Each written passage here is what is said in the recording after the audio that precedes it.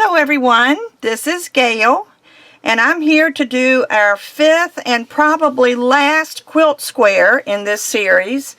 If I decide to do any more, I will do a totally different series, but I'm going to take a break from quilt squares after this one. I had another request for a log cabin quilt. Now in this case, I don't know if you know what a log cabin quilt looks like.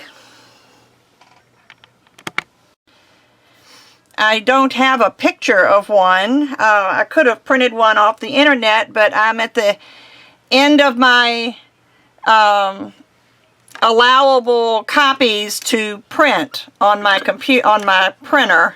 I think I've explained to you before that I have the HP Instant Ink, and I've signed, instead of paying $60 or $70 for ink refills when I need them, I pay $2.99 a month, and my computer communicates with them. I tell you, everything's gotten so smart.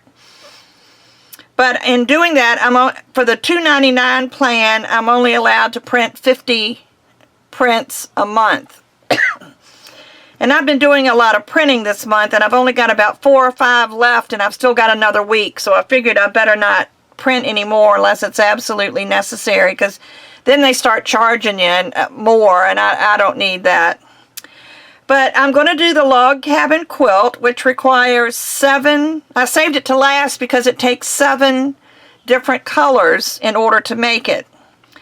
So what I've done is I've got a gray mix, which is some gray and black and white that I've kind of put, blended together a little bit. I'm going to use that for color 1. I'm going to use black for color 2. Then I have this black and white mix that is going to be my color 3. And this was in one of the other canes. This is the green. It's a mix, but it's pretty blended because I had to condition this a little bit more. But that's going to be color 4. Then I have this. I almost didn't use this. I rolled this into a sheet, and when I was cutting up my scrap, and I just loved the looks of it, but I thought, well, I really need some variated color to use in my quilt, so I sacrificed my gorgeous scrap. So that's going to be color number 5. This is some more scrap that I think I've shown you before, but it's got some blue in it, and I've been playing with that too. Here's one of the kaleidoscopes that I did on that one, just cutting it into triangles and putting it together. So I've been having fun with that. So this is color number 6, and I've got a pink and white and a little bit of gray mix here. So that's going to be number 7. Now I have a chart here.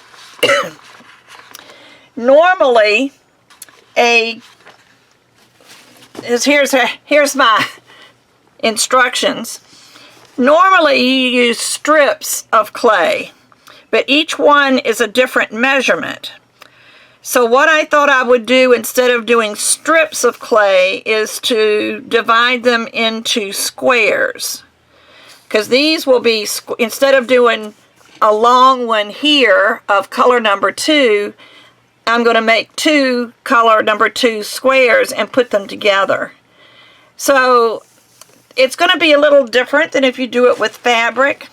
But this is how many I'm going to need of everything. I only need 1 of number 1, 3 of number 2, 5 of number 3, 7 of number 4, 9 of number 5, 11 of number 6, and 13 of number 7. I may have to switch these because I don't know if that's enough for 13 squares or not. I don't want to take a chance, so I'll just switch them. I think I can get 11 out of here. I'm going to make them 2 inches wide, long, I mean, and I'm going to extrude them with a square die. And I'm going to go ahead and extrude these. It's going to take me a while to extrude them, so it may even be a different day when I come back to finish this up. But I'm going to extrude these and cut them into 2-inch lengths, and then I'll be back. Okay, that didn't take me as long as I thought it would. I have rolled out all of my pieces. I even rolled out the white to cover it with. And let me get started. So I've got 7 colors. I've only got one of this one, so this is number 1, the gray mix. And I'm going to put a number 2 color, which is black, next to it.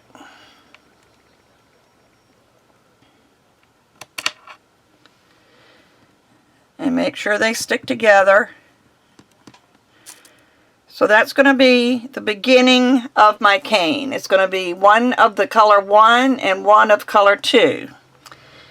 Now I've got 2 other color 2s left. So I am going to put those together. And they go underneath. Now if you're making this with a fabric, you would cut these, you would have one square here and then you would cut a long piece. But I'm converting my long pieces into squares because it's just much easier. So there is the beginning. Then I'm going to take color 3 and I'm going to put a color 3 here next to the black.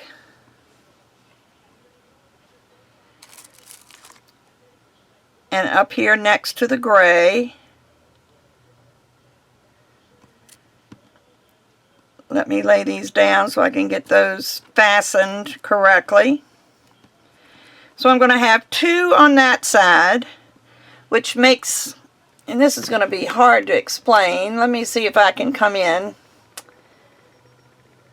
Alright, so I've put 2 on this side, so I'm going to put 3 on this side because we're trying to keep this square. So I'll put 1 there.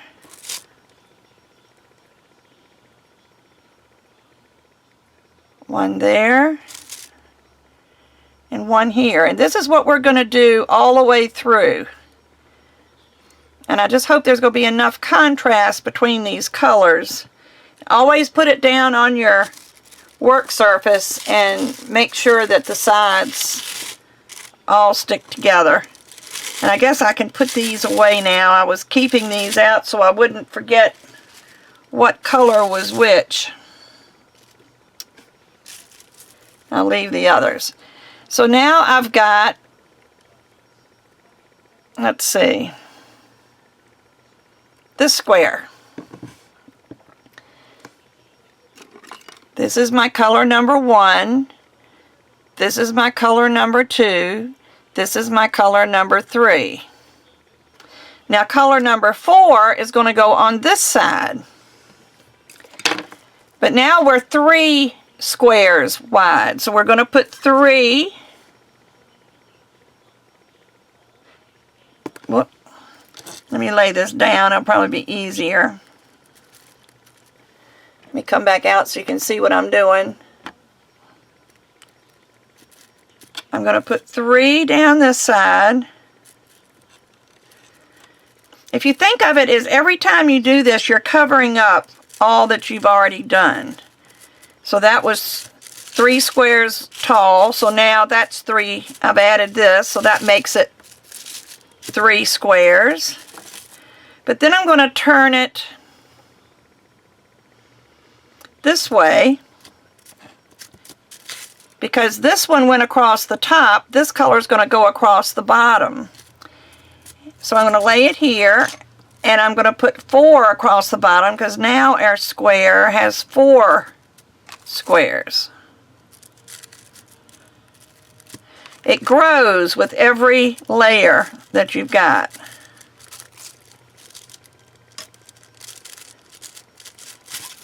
Again, you just pinch them together. Make sure everything is stuck. Now, I'm not going to slice anything off yet because I've got 1, 2, 3 more colors. But now we have this. See, now I have color 1, color 2, color 3, and color 4. So I've done this, so now we're going to start on this side again. So I'm going to lay it down and go to color number 5, which is this one. There's 4 squares. Right, there's 4 squares, so I'm going to put 4 across here. You can see where this would be really difficult to cut different widths of clay, and I'm just finding the squares work much better for me. Alright, so there's the 4. Press them together and press them down. Then turn it over, as we're going to go back to the top and put number 5 across the top. And I will put these diagrams in my comments so that you'll have something to go by. This one is a little more complicated than most of the others. Even though if you're doing it with fabric, it's fairly simple. Where's my blade?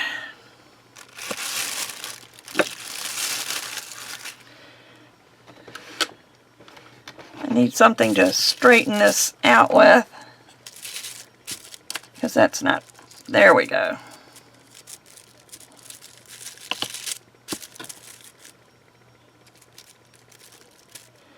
So now I've got all 5 of those there. So now our square is 5 by 5. And there we go. And this is the color we just put on. This is color number 5. Now color number 6 is going to be the pink.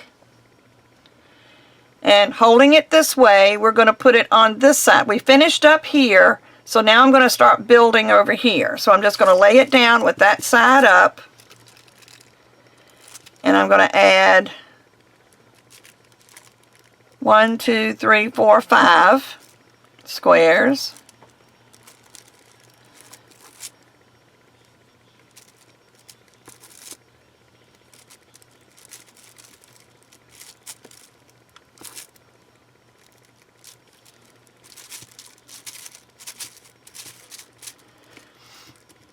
Which now has made this 6 squares tall. So this one came across the top, so this one's going to come across the bottom. So I'm going to turn it this way, and I'm going to add the pink all the way across. Now it seems like the larger we get, the harder it is to get these squares in here, so you might have to take your time and finagle them a little bit. Get you an acrylic block or something to kind of help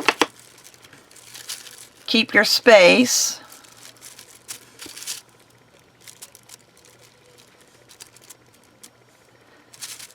Okay, so there's number 6.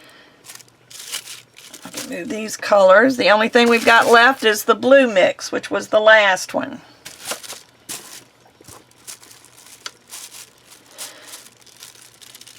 So hold this. Always put your number 1.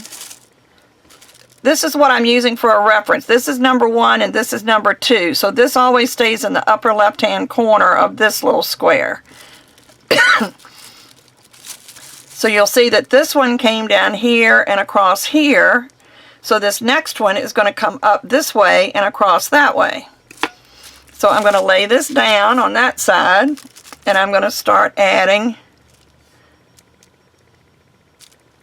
the last color. Now I hope there's enough contrast in these colors that you can see the stripes that this makes. It probably would have worked better with solid colors, but I really wanted to get rid of some of my scrap. And I still have 3 bowls full and then a pile sitting here that I haven't sorted into the bowls yet.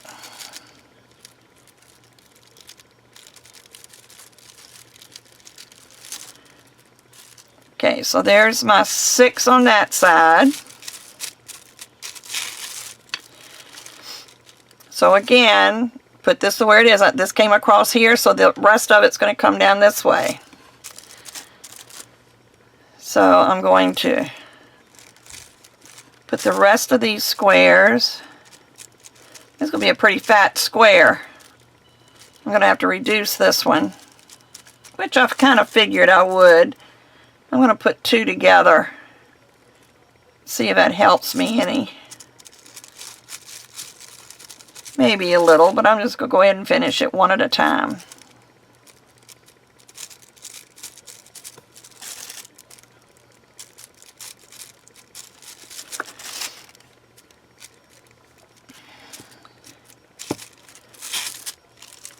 There we go. So it's all done. Let me move this piece of paper out of my way. That was to help me. And I'm going to take my acrylic block, and I'm just going to press on all 4 sides to get this compressed as much as I can.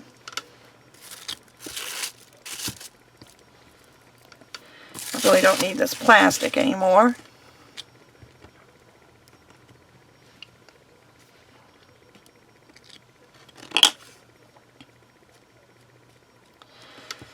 So let me take a slice. I will wrap it in white, but let me do this first just so we can see the colors on the inside.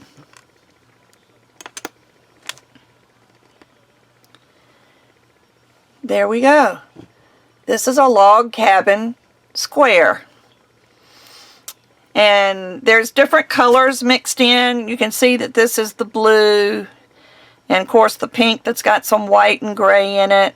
This is the multicolored. This is the green. That's the black and white. That's the black, and that's the gray. So this is going to be really nice once it's reduced. So let me wrap this in white. Let's see how wide it is. Should be about 2 inches. It's a little bit more than 2 inches. No, it's right about 2 inches. So let me trim this just to give it a straight edge. And this white is rolled out to the thickest setting.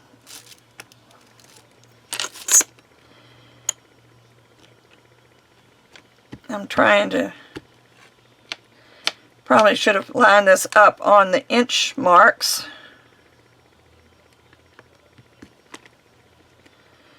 Now this is going to be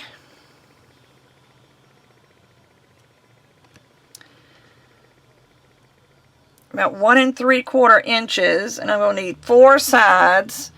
So 1 3/4 by 4. That's going to make it complicated. 4 3s are 12, so 3. I'm going to have to write it down. I can't do it in my head anymore. It's not like it used to be. So let me do some figuring here. I got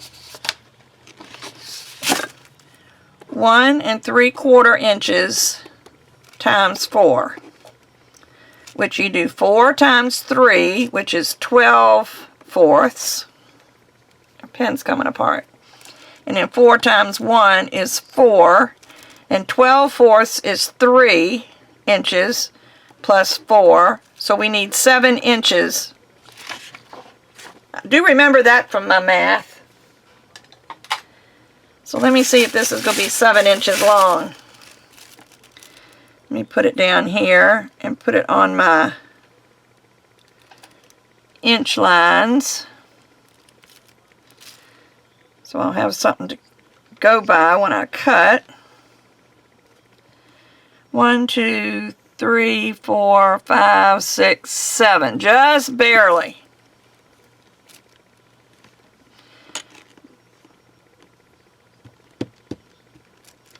Okay. So let me even this one up again. 1 2 3 4 5 6 7. And then I'll need a straight edge from this line to where it meets down here.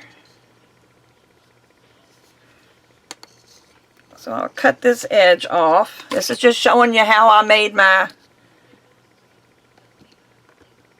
wrap for the canes. And then 2 inches over here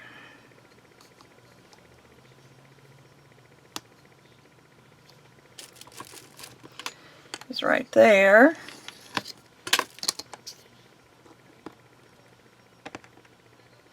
And you'll see I have a little dip right there, but that's not going to make a big difference. So let me lay this here on the corner. Make sure it's attached. Turn it. Sorry, I was out. But turn it. Make sure it stays on the white. Turn it, and don't worry about the cracks. We'll heal these little cracks as we pinch the corners.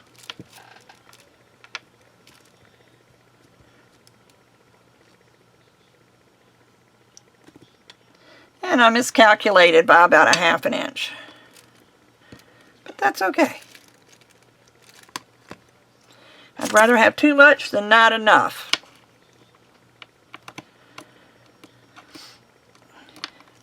So then I'm just going to come in here with my fingers and pinch the corners to make them square. Got a little smudge on it, but that's not going to make a difference. Now, pinch these corners. I think I pull too much on it when I'm rolling the cane, and that's what makes these corners crack open like that. I got all these little pieces of color.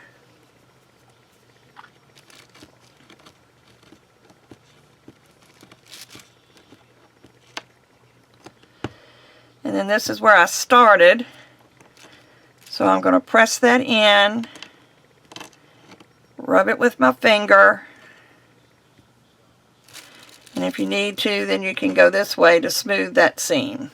Doesn't really have to be really smooth because we're going to slice it anyway. But there you go. There is our log cabin quilt square. And I will reduce this. Let me come in and give you a closer picture. I will reduce it, but I'm going to let it rest for a while right now and let it all get to be the same temperature. I'm not going to do like I usually do and try to reduce when it's all different temperatures. But I will reduce it to where it's about the same size as these other quilt squares. And in 2 weeks, because next week I'll do just a regular polymer clay video, but in 2 weeks we will work on their project. And I'm going to take all 5 quilt squares. Let me take them out. We got this one, which is the tumbling blocks.